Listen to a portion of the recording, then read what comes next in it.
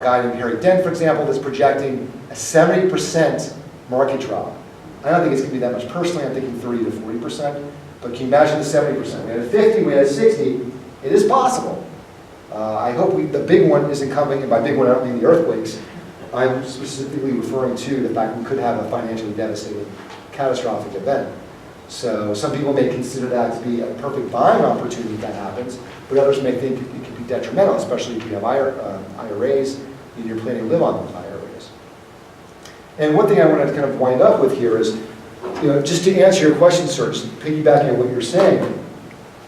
So with the unemployment is something of a misnomer. It's a misconception there, because they stop counting you when you stop looking for a job after 6 months. You're no longer counted.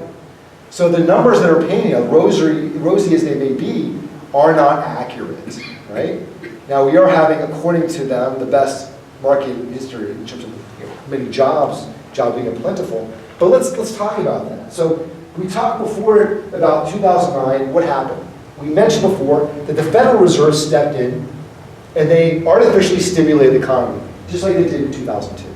How did they stimulate it? The big three: printing money, government securities, and interest rates are one. Last year, Janet Yellen, then the Federal Reserve Chairman, announced she was going to be unwinding what's called quantitative easing. Quite simply, the artificial stimulation. And just think, when you go into a lab and you try to cure cancer, one of two things is going to happen when you're mixing around all those beakers and chemicals.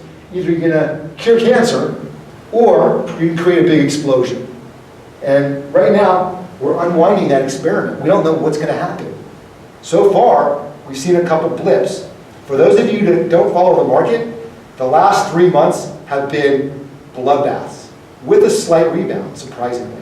And I quote John Bogle, who actually came up with what's called the S&P 500 fund, which is an index fund which tracks 500 of the top companies.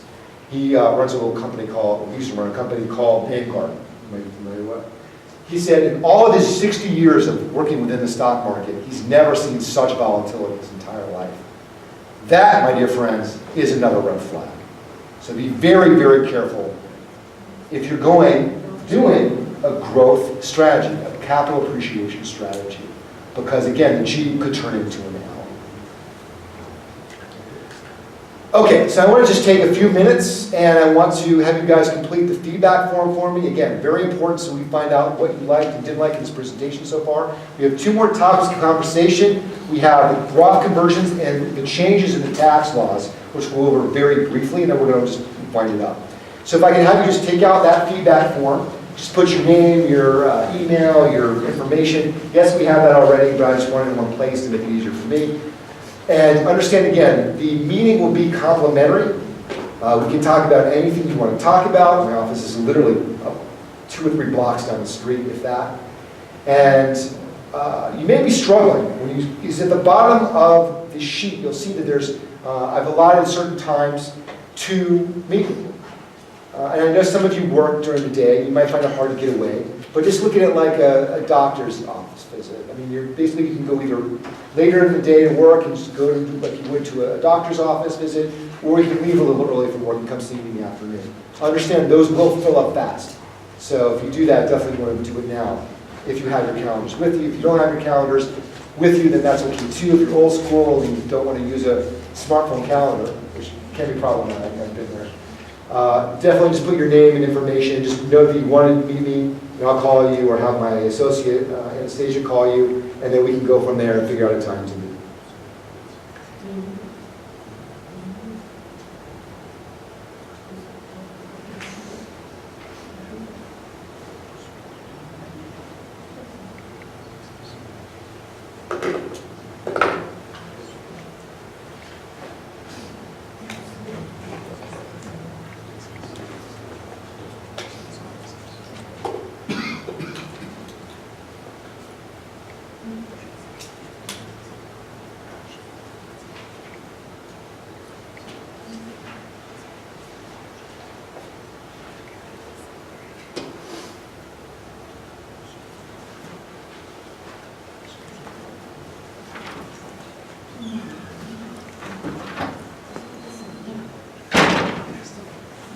Does everyone know who Warren Buffett is? My kids are doing that. I'll speak some small chat here.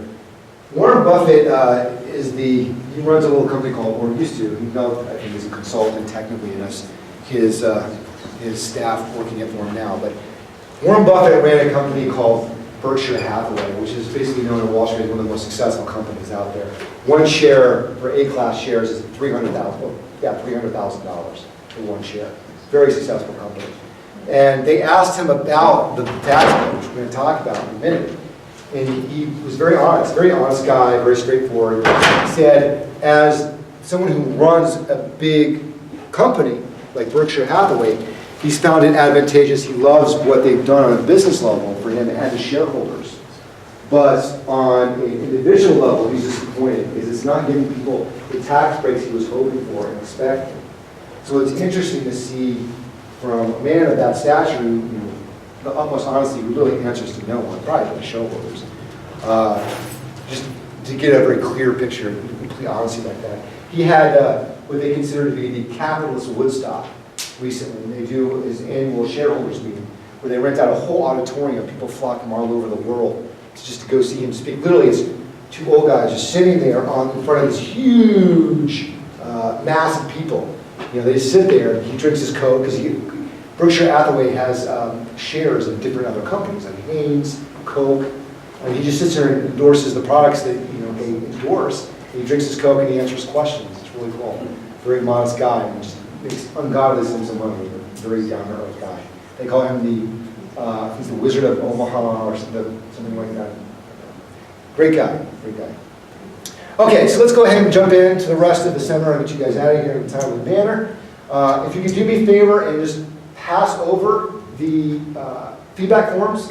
If you don't mind, Anastasia, if you just pick up the feedback forms, that would be great. If you guys want to just pass them to the end of the row or pass them to Anastasia, you just walk around and grab them, that would be fantastic.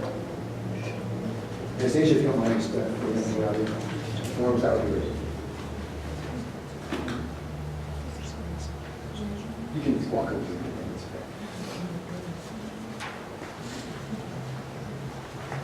Okay, great. So Roth Conversions. What on earth is a Roth conversion?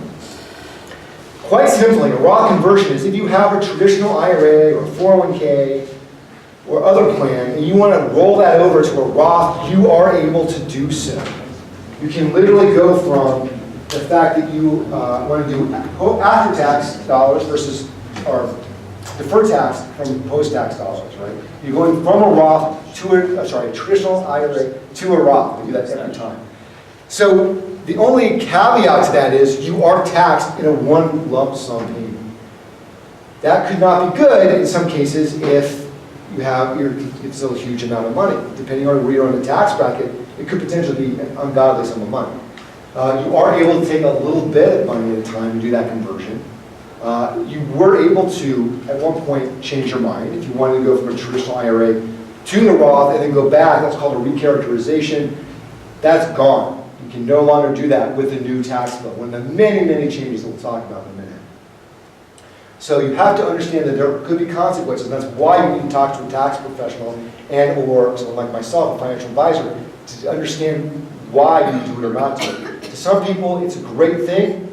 To some people, it's the worst thing in the world. And I think the truth is somewhere in between. There are a lot of pros and cons to do it, so you need to talk with someone who knows what those are. So who can do it? Is this going to be a case where it's too good to be true and you have to make a certain threshold? No. Anybody can do it. Doesn't matter your age, your income.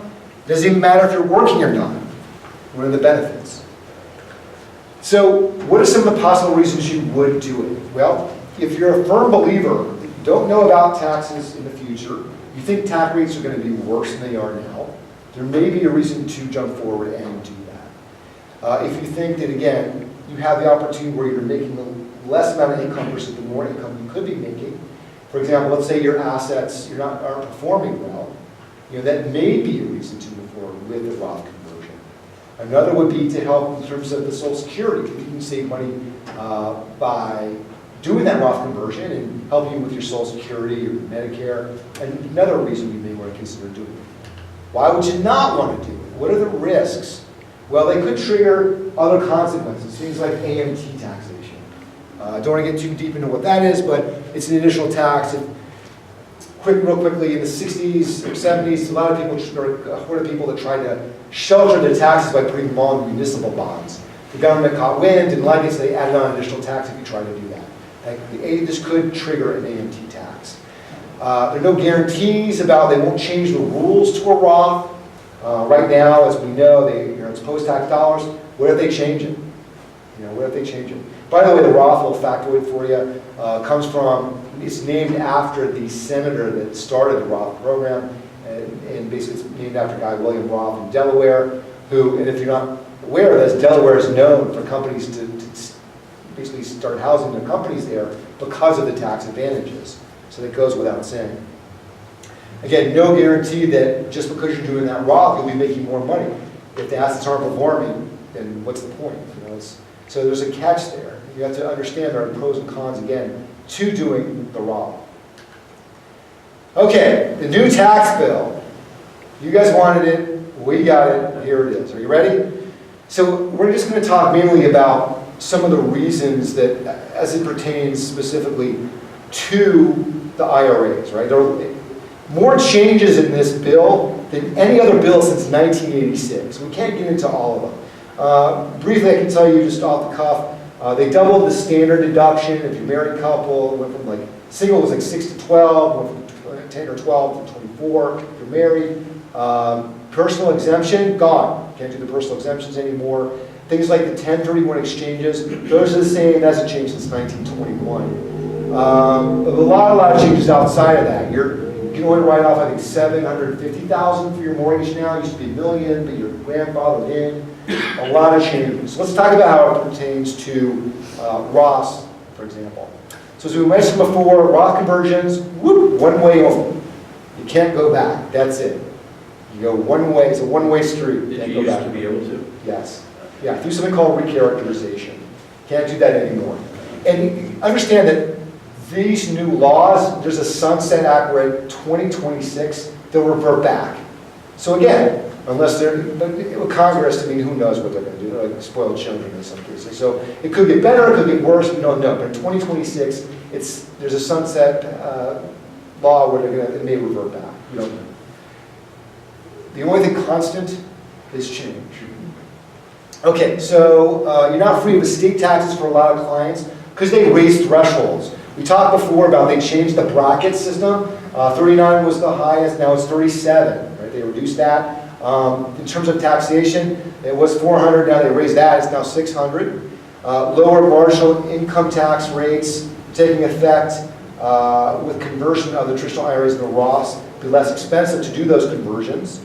You can gift more. It used to be that the gift tax was like something like $14,000 a year times 5 years. You could take it over the course of 5 years or all in 1 year. This is basically $70,000. That was raised. You can leave more tax refunds for your grandchildren for that reason. There's cap. This is the most important. This affected us as Californians. Californians and New Yorkers have been hit the hardest on something called the SALT tax, the state and local tax deductions. They're limited now, capped at $10,000. Because California and New York has the highest taxes, we see situations now. Governor Cuomo, the governor of New York, is literally suing Trump for some astronomical, ungodly amount that he claims is the amount lost to New Yorkers because of this particular change in the tax code. So again, I told you about Warren Buffett, who says happy it's been changed for a business purpose, but as an individual taxpayer, again, not happy about the changes. And just to give you a taste, we're looking at the difference between before and now. Again, the brackets you'll first notice up to 37% now was 39.6.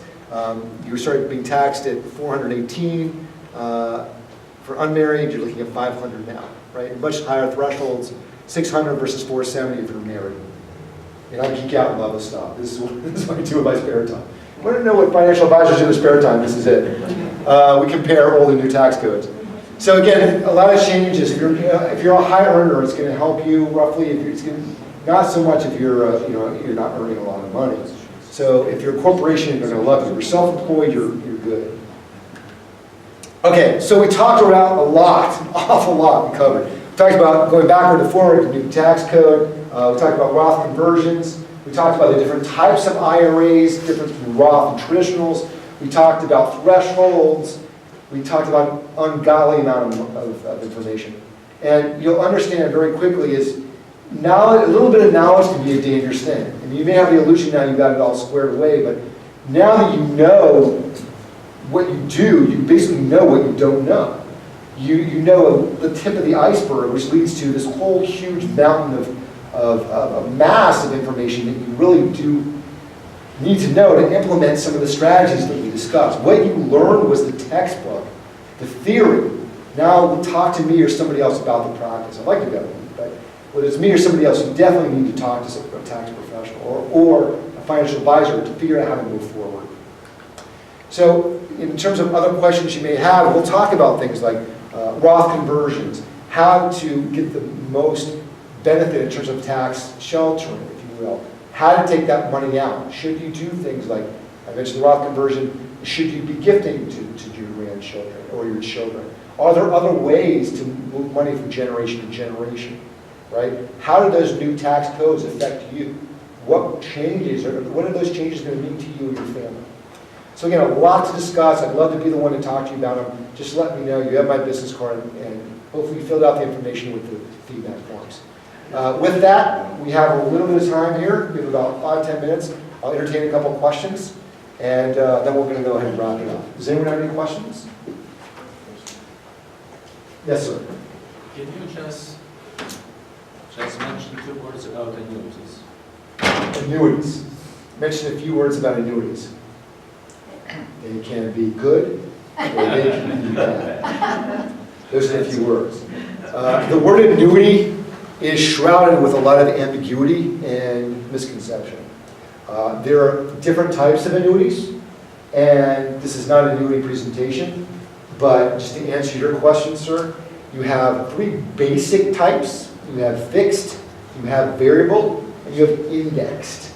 And they can either be, depending on what you go into, they can either be very, very bad or very, very good, depending on where we are in the economic climate. I don't believe there's anything such thing as a good or bad financial instrument. It's all about your entrance strategy and your exit strategy and where you go in and out based on the economic climate. For example, variable by nature goes up and down. That was great in the 80s and 90s. That was the default for retirees back then because of the strong gains. But what happened in the last 18 years? People started to hate them because of the volatility. There's nothing stable about a variable annuity, and that's why people don't like them.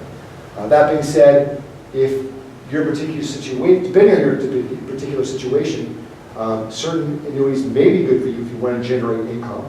Again, I couldn't answer that question as a fiduciary without sitting down and looking at your particular situation. And that is something that's going to be different based on every person to person. But I can tell you, there's been a smear campaign about annuities because so much money has been funneled out of the stock market into annuities. And to give you an example, does anyone know how much in fees Wall Street's made? In the fees alone, not even counting the performance of the assets themselves. Anyone want to take a wild guess on the fees? How much fees were made last year alone? I've never heard of this. 88 billion with a B in the fees alone. Fees. Not even the assets. It's coming from exchange, from what?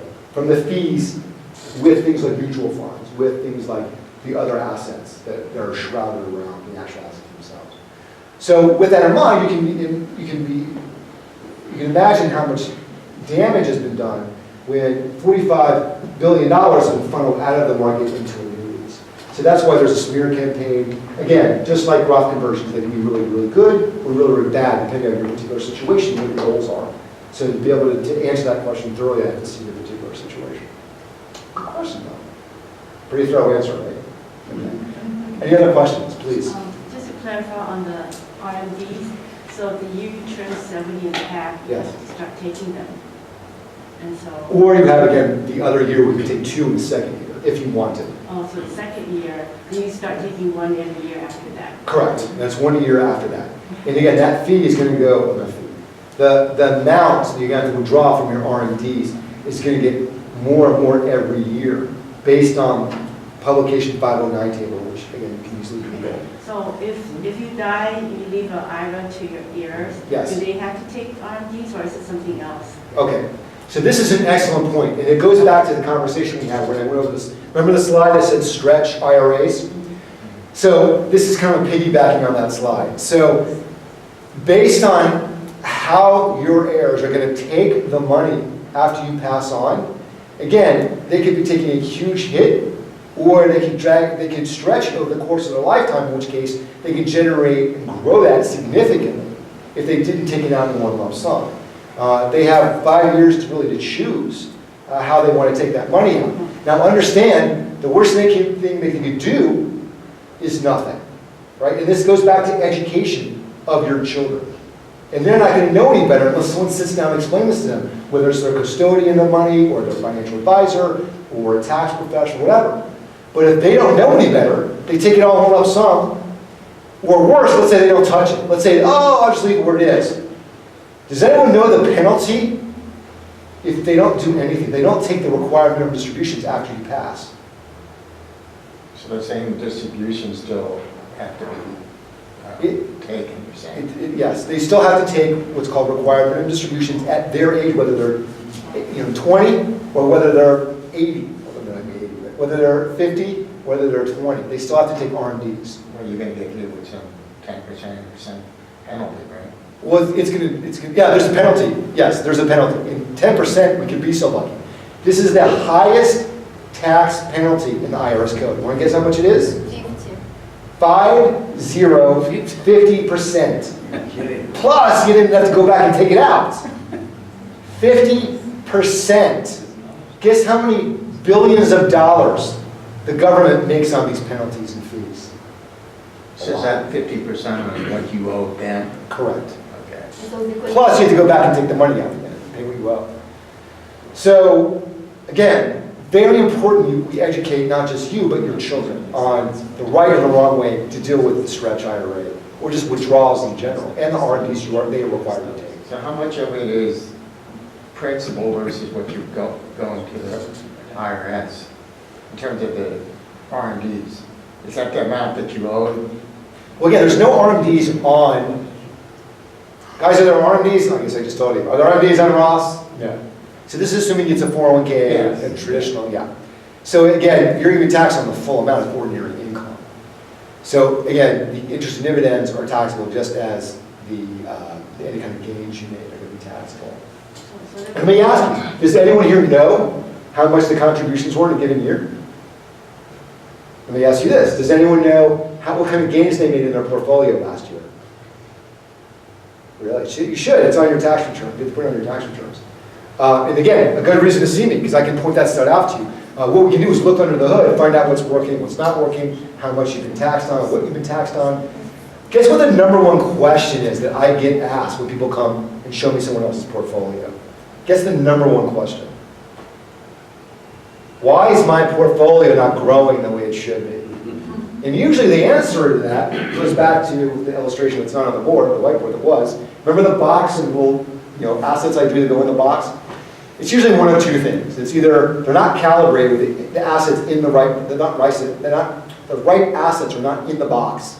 They need to change the assets that go in the box, or they're getting killed on the fees. To operate in some cases as a mutual fund, you see layers of fees like an onion, for example. So let's take a variable annuity. So like the example that you brought up. So with a variable annuity, you have, in some cases, the advisor fee, that's 1 to 2% maybe. You might have a manager fee, that's 1.5 to 2.5%. You might have another fee, which is called a 12B1 fee, which is usually about 25 basis points or so. You may have another layer of fees, which is probably like an admin fee in some cases. It could be God anything. Then in some cases, you may have another layer of fees, which could be either for the layer that is the either the proprietary fund or the fund of fund, which is another added layers of fees. For example, if you're JP Morgan, selling a JP Morgan fund. And then the New York Lifes of the world, that sell, great company that sells a bad product. They're selling these variable annuities. And the way they make their money is that layer of fee. So again, those are usually the two reasons. Not well calibrated, especially for where you are in the investor's life cycle. And again, there are different stages. There's The accumulation phase, your 20s to 40s, when you're building up your assets. Then there's the distribution phase, when you start taking the money out, or rather, sorry, the preservation phase, when you preserve the money because you're at the height of your career, you want to just transition those assets properly. And then the distribution phase, when you take that money out, versus the transfer phase, when it goes to the next generation. So you invest differently at all stages of the game. And you have to make sure you're properly calibrating each of these particular stages. Any questions about that? Good. Any other questions in general? Yes, sir. Yes, You're itching for it. I saw the finger itching. you mentioned something about this IRA and living trust. Living trust. Okay, so quite simply, I'll quote my father. You know, my father said, a trust is something that's made when you don't trust the people the money's going to, right? Quite simply, that's pretty true. And with a trust, you're trying to protect your assets. I am a big believer in trust. Our firm does trust. And what you're trying to do is serve two purposes. With a trust, the goal is to really keep out of something called probate. The purpose of probate you want to avoid for two reasons. Number one, you want to keep the government out of your pocket as much as possible. Number two, you want to protect your privacy. Because if you end up going into probate, your assets become public domain in terms of the knowledge about those assets. So you don't want every predator on the planet finding out what you have. So again, it serves two purposes: privacy protection and the opportunity to keep the government out of your pocket any more than possible. And when you're in other states that really, for real estate more than anything else, as you probably are aware, really very important to make sure, again, the assets are going, you're protecting your assets and not going to the government, especially when real estate's involved. Very, very important. We're big believers in trusts, big advocates of trust. Anyone else? You guys are an easy crowd. Guys, thank you very much. You've been amazing. Try to meet. I'll be here all week. Thank you very much. Thank you.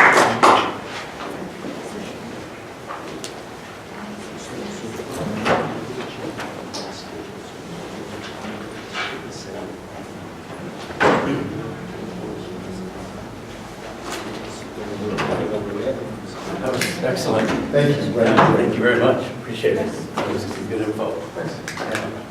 Did you get a lot out of it? I did, actually. What did you like the most? Well, I came because what I do is reverse mortgages. Okay. But I have to tell you, in sitting through it, I want to sit down and talk to you about other stuff, but I think also find something to think about reverse mortgages. As a general rule, we avoid them, I'll be quite honest, but I think they're good for emergency situations. I do have a situation where a woman came to me crying because, so everyone in her family, well, let me take a step back. So she came to me and said she was working with another advisor, and she was crying. She said the advisor did everything right. I said, if the advisor did everything right, why are you crying?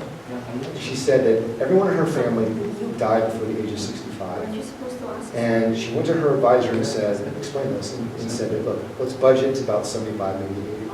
Here she was in my office at 83. She'd gone through her savings.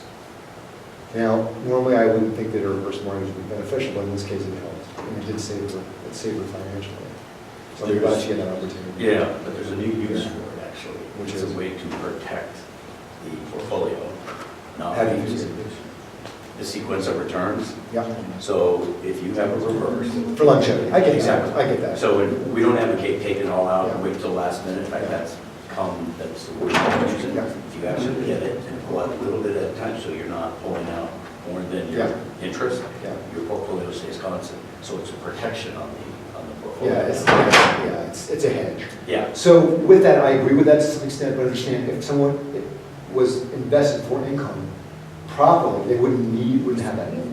And I agree with you, it's good to have that because a lot of people don't understand the concepts I'm teaching. Right. But yes, in that case, yes, I can see how it can be. Yeah, just so you don't have to sell, stock in Yeah. a down market. Right? Absolutely. Then you're locking in that loss. Yeah. Or if you can hold from the reverse, right? Yes. On that time, if they need the money. Sure. And then you can actually, when it goes up, sell it and pay back the line on the reverse. So you can actually just use it as your emergency fund. So, and I'd love the opportunity to sit with you for a couple Yeah, of minutes. look forward to go it. over that, and actually on a personal level too, because I really like your energy, I like the information you had. And I, talked to a lot of financial planners, so anyway, it's a good compliment to you. Thank you, I appreciate it. Yeah, Yeah, I try to make it interesting, we load it with photos. yeah, Try to exactly. use a lot of visuals and like examples. Here's my card. I did fill out one of those cards. I didn't necessarily want to take a spot for another plan, but actually I do want to sit on a personal level too, so. That sounds great. Okay. Tim, it's been a pleasure. Yeah, Have thank a you great very night. much. Appreciate it. No, I just, quickly about the appointment, I put a check mark just for, don't know, for me to call, I put Saturday. Okay, For the yeah, check I mark. always had it, sure, Tom. Saturday, Okay. but, so do I need to call or just? I'll go ahead, and either Anastasia and I, or one of us will follow up. Tomorrow? Yeah. Okay, You're good? all right. Thanks, Thank have a you great very night. Okay, Anastasia, we are done with the evening. Thank you very much for your hard work. You look exhausted. You look like you just worked out. So if I can have you do a small favor, all you do now is just stand guard while I load up my car, and then you are free to go, and I will pay you for your endeavors. Did you learn something tonight? Did it helpful at all? Was it interesting? A little? Yeah. Okay, great. So let me go ahead.